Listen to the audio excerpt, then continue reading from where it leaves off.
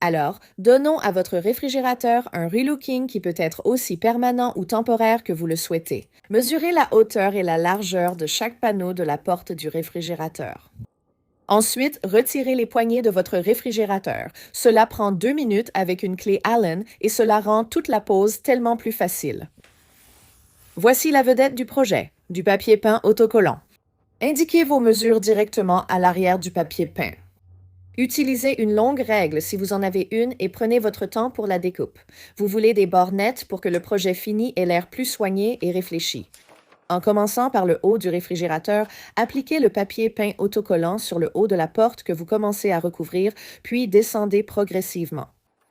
Appuyez fermement depuis le centre et lissez vers l'extérieur pour chasser les bulles d'air au fur et à mesure. C'est le rythme à adopter. Décollez quelques centimètres du film protecteur, appliquez et lissez, puis décollez un peu plus. Si une bulle apparaît, soulevez doucement et réappliquez. Le papier peint autocollant pardonne facilement les erreurs. Chaque réfrigérateur est conçu différemment et la façon dont votre poignée est fixée dépendra de votre modèle. Le mien, par exemple, a quelques boulons en haut et en bas. Honnêtement, en posant le papier peint autocollant, je me disais, d'accord, comment gérer ces boulons? Je ne veux pas les recouvrir de papier peint, je veux qu'ils restent accessibles pour remettre la poignée. Donc, la clé, c'est d'être très lente, minutieuse et d'utiliser une toute petite paire de ciseaux. Donc, tu vas descendre directement jusqu'au sommet du boulon et j'appuie sur le dessus pour voir exactement où se trouve ce boulon. Ensuite, je vais prendre mes ciseaux et je vais faire un tout petit trou, puis tu vas continuer à découper tout autour de ça.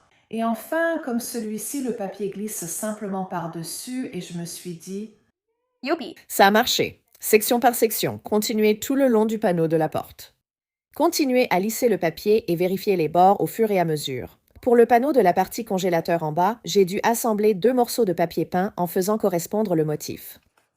Prenez votre temps pour aligner le raccord avant de le fixer définitivement. Pour l'excédent de papier, j'ai simplement replié le surplus et créé un pli dans le papier avec mon ongle. Ensuite, j'avais immédiatement une ligne de repère à suivre pour couper l'excédent. Une fois que tout le papier est posé, les poignées se remettent directement par-dessus le papier. Voici un bonus. J'ai remarqué que le lave-vaisselle à proximité voulait aussi participer à la fête des motifs. Exactement le même procédé. Et honnêtement, c'est peut-être même plus facile puisqu'il n'y a pas de poignée à gérer. Mesurer, couper, décoller, appuyer, lisser et couper l'excédent. Et voilà, c'est le même réfrigérateur, mais une cuisine complètement différente. Aucune peinture ni nouveaux électroménagers. La cuisine a complètement changé. Le mieux, c'est que si vous voulez modifier, ça se décolle facilement. J'espère que cela vous inspirera à prendre du papier peint autocollant et à relooker votre réfrigérateur. Votre vieux lave-linge et sèche-linge fonctionnent bien mais aurait besoin d'un coup de neuf. C'est le moment d'aller chez Dollar Tree acheter du papier adhésif. J'ai nettoyé le dessus du sèche-linge, le couvercle de la machine à laver et la porte du sèche-linge avec un chiffon propre et un peu d'alcool ménager. En commençant par le dessus de mon sèche-linge, j'ai posé le papier adhésif dessus, motif vers le haut, et je me suis assurée qu'il était bien centré et aligné avant de découper un morceau du rouleau. J'ai ensuite tracé avec un crayon autour de la partie en retrait du dessus du sèche-linge, en prenant soin de marquer précisément l'emplacement du papier.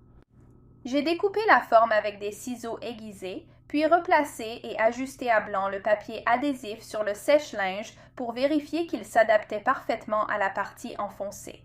J'ai ajusté pour qu'il s'adapte bien, effacé les marques de crayon, puis commencé l'application.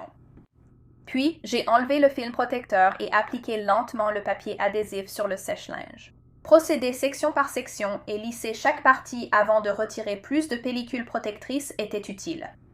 Pour une meilleure adhérence et moins de bulles, je tendais le bas du papier adhésif en l'appliquant. Pour le couvercle du lave-linge, la méthode était similaire. Une fois le couvercle recouvert, j'ai enveloppé le papier autour des bords et j'ai coupé l'excédent. J'ai aussi utilisé une raclette pour garantir une bonne adhérence à l'arrière. Enfin, je me suis attaquée à la porte du sèche-linge, la partie la plus difficile à couvrir car elle est verticale.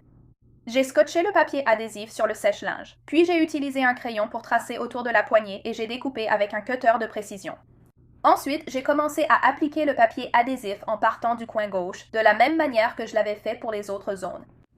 Une fois que le papier était complètement collé sur la porte, j'ai découpé un morceau séparé pour recouvrir la partie restante en bas de la porte. J'ai enveloppé le papier adhésif autour des bords de la porte, coupé l'excédent si besoin, puis passé aux charnières. Je suis également revenu en arrière pour m'occuper des bulles d'air en les perçant avec une épingle et en les lissant. J'adore comme ma machine à laver et mon sèche-linge sont plus beaux après cette transformation facile et économique. Faisons un grand effet sur un mur avec un tout petit budget. La première chose que je vais faire, c'est coller mon papier peint sur ma grande carton-plume. Ce papier peint autocollant est très facile à utiliser, ce qui veut dire que si vous le posez un peu de travers, vous pouvez probablement juste le décoller et le repositionner. Alignez vos joints en vous assurant que s'il y a un grand motif comme celui-ci, le motif soit bien raccordé.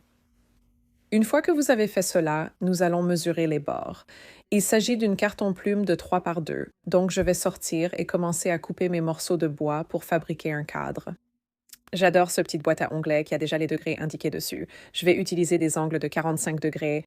Une fois que ces morceaux ont été coupés, prenez votre bloc de ponçage et lissons les bords coupés. Ensuite, vous allez prendre ces équerres plates et on va simplement les visser. Ce bois est assez tendre, donc je n'ai pas besoin de pré-percer des trous.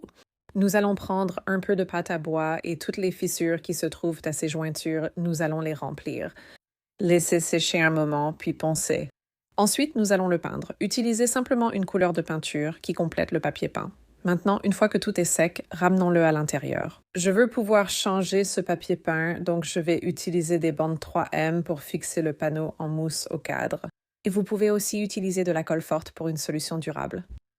Et ensuite, je vais aussi utiliser les bandes adhésives 3M pour l'accrocher au mur. J'adore le fait que je n'ai pas besoin de faire des trous dans le mur. C'est aussi super si vous êtes locataire. Donc, nous allons fixer ça et maintenant j'ai une grande pièce maîtresse sur mon mur qui était très économique. J'espère que ça vous plaira. Voici une façon rapide et économique de relooker un vieux miroir. J'ai trouvé ce papier peint imitation bois sur Amazon pour moins de 6 $ le rouleau. J'ai mesuré la largeur nécessaire pour découper le papier afin qu'il épouse parfaitement cette bordure miroir déjà présente. Après avoir obtenu la largeur, j'ai découpé des bandes de papier peint un peu plus larges et posé le papier le long de la bordure gauche. Ça s'est posé facilement et sans problème. Une fois que le papier était bien positionné là où je le voulais, j'ai utilisé une lame de rasoir pour couper le long du bord du miroir. J'ai fait la même chose le long du côté droit du miroir, puis j'ai continué vers le bas. J'ai mesuré la largeur nécessaire, puis découpé le papier pour un léger chevauchement et une jonction nette sur les côtés. La dernière étape fut l'installation du dessus. Le résultat était vraiment superbe, ça a adhéré facilement, et bien sûr, tout ce qu'il me restait à faire, c'était de repasser un peu autour pour peaufiner les bords et m'assurer que tout était bien fixé et collé comme je le voulais. J'espère que cela vous incitera à utiliser du papier adhésif imitation pour relooker votre salle de bain.